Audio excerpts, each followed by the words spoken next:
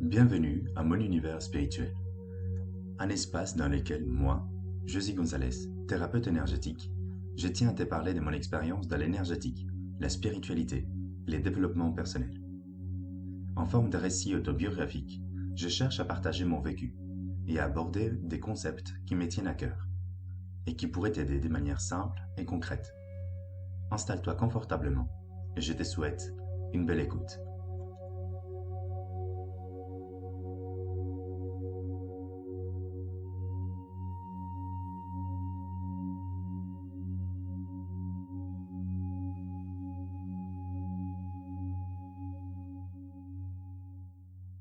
Bonjour, aujourd'hui je voulais te parler du lien à la nature et l'imaginaire.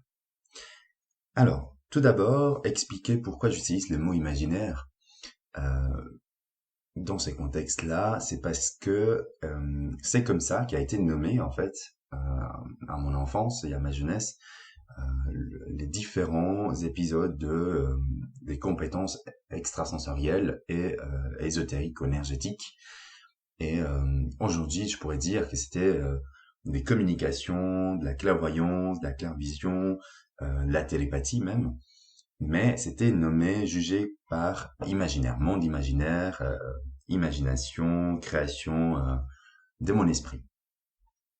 Alors, de quoi je parle? Je parle du fait que, après les épisodes du premier podcast, donc la clairvision a été bloquée. Au sens propre par rapport au fait de parler aux personnes décédées.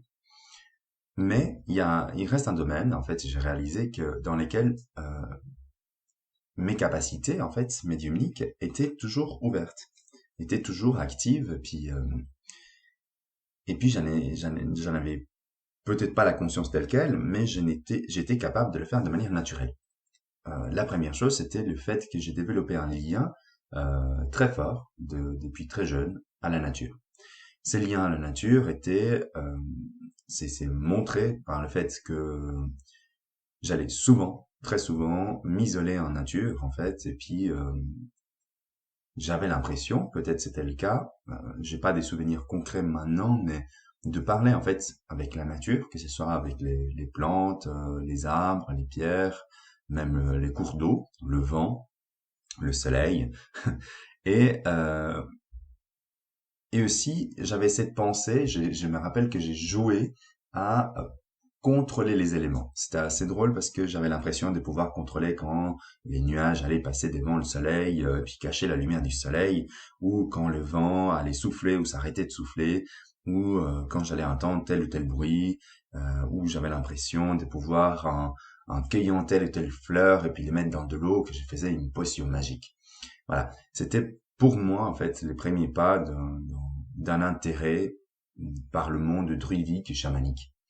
Euh, J'étais très attiré en fait par les cycles lunaires, chose qui est le cas encore aujourd'hui, euh, par les constellations, les étoiles, l'univers en soi. Donc je me suis tourné beaucoup dans ma jeunesse vers la science et dans l'idée de comprendre en fait le monde autrement que comme on l'expliquait à l'école ou comme les gens l'expliquaient. J'avais une tendance très forte donc à vouloir parler et puis jouer avec les esprits de la nature. Alors évidemment, donc j'avais des représentations de ce qu'était une fée, un elfe, etc. Et j'ai passé beaucoup de temps en fait dans les forêts, dans les parcs, dans les jardins, tout seul à jouer comme ça.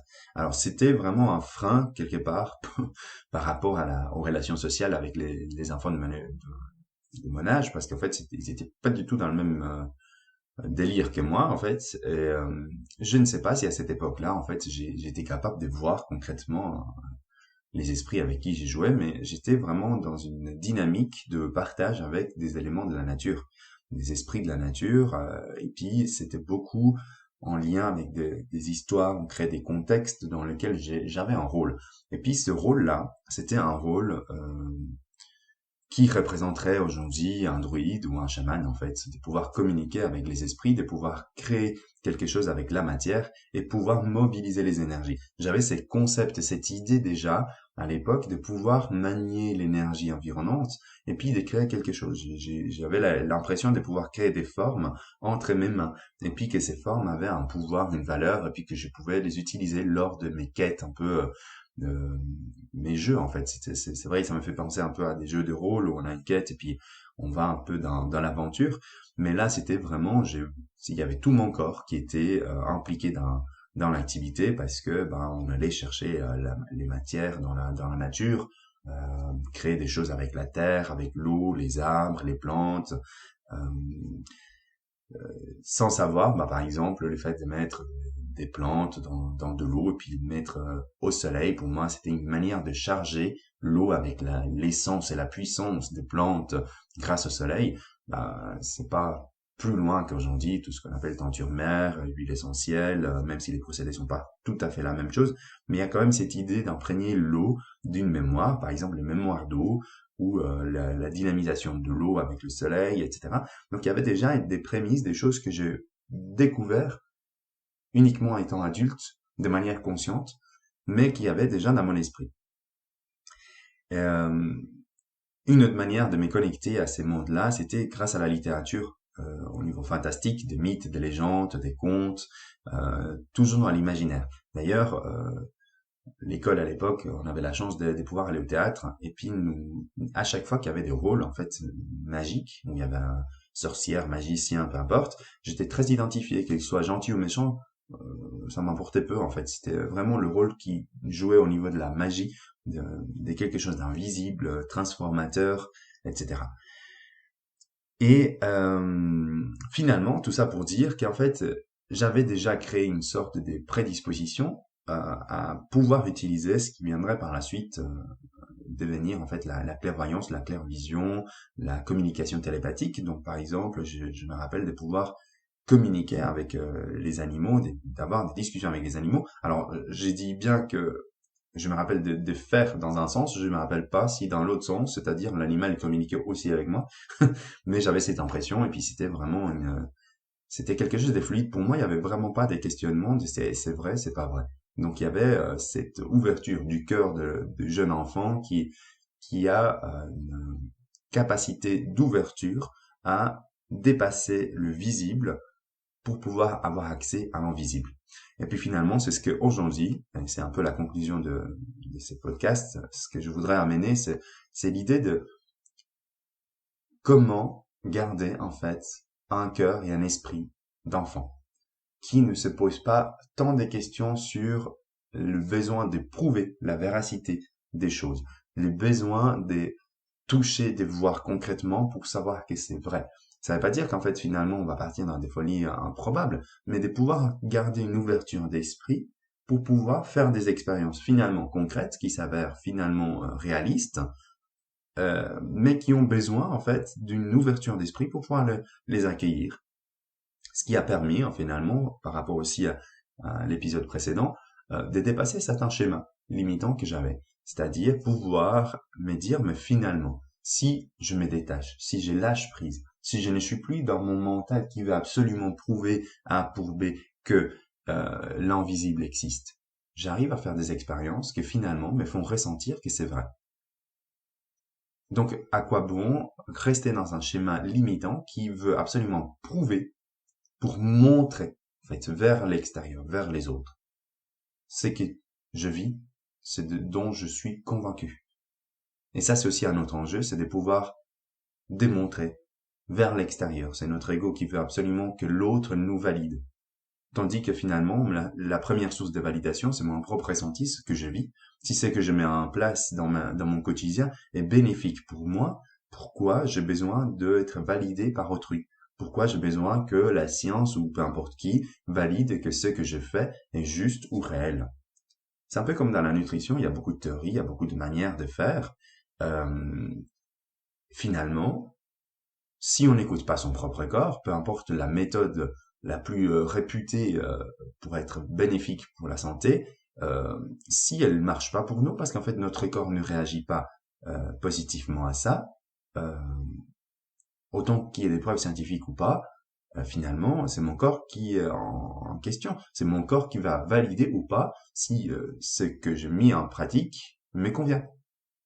Donc finalement, par exemple, pour une nutrition plus équilibrée, c'est plus tellement les, euh, les théories, même moi qui suis en pleine formation des nutritionnistes, je pense qu'il y a vraiment un besoin de les comprendre, un besoin de les connaître pour pouvoir en fait faire sa propre opinion, faire ses propres expériences. Mais c'est mon expérience, c'est les conclusions de mon expérience, la réaction de mon corps physique et même énergétique. Donc comment l'aliment va me permettre de vivre, d'être bien, d'avoir un meilleur sommeil, un moindre stress, un meilleur tempérament, une meilleure manière de réfléchir sans être forcément fatigué, un corps qui est vivant, qui a de l'énergie pour bouger, pour faire des choses, qui me donne de la force, qui me permet d'être dans une silhouette qui me correspond, qui me permet d'être dans un état de santé générale et immunologique positif. C'est ça qui compte pour moi finalement. Donc, que quelqu'un ou la science valide ou pas la manière dont j'ai de me nourrir, finalement, ça revient à rien, ça c'est pas important. Donc là, ce que je tiens à te dire, toi qui écoutes ce podcast, c'est de faire confiance en fait à ton propre ressenti, à ta propre expérience, à ton vécu. Je vous en parlerai plus tard des canalisations qui sont venues vraiment plus tard, donc c'est plus récent maintenant dans ma jeunesse, mais c'est le fait de pouvoir communiquer en fait sur d'autres plans et puis certaines entités, voire des guides. Et il y a quelque chose que j'ai appris qui est pour moi juste essentiel et extrêmement important, c'est que la réalité unique qui existe, c'est l'ensemble des réalités des tant d'individus qui existent. C'est-à-dire, il n'y en a pas une seule réalité qui est meilleure ou pire qu'une autre, c'est que toutes les réalités, toutes les visions de chacun, la manière de comprendre le monde par les biais de chacun, donc chacun a une façon de comprendre le monde, de le voir, de l'interpréter par rapport à son vécu, par rapport à ses moyens, par rapport à ses capacités. Toutes ces possibilités-là, des pensées, d'imaginer, forment des réalités. Et c'est l'ensemble de ces réalités qui crée la réalité.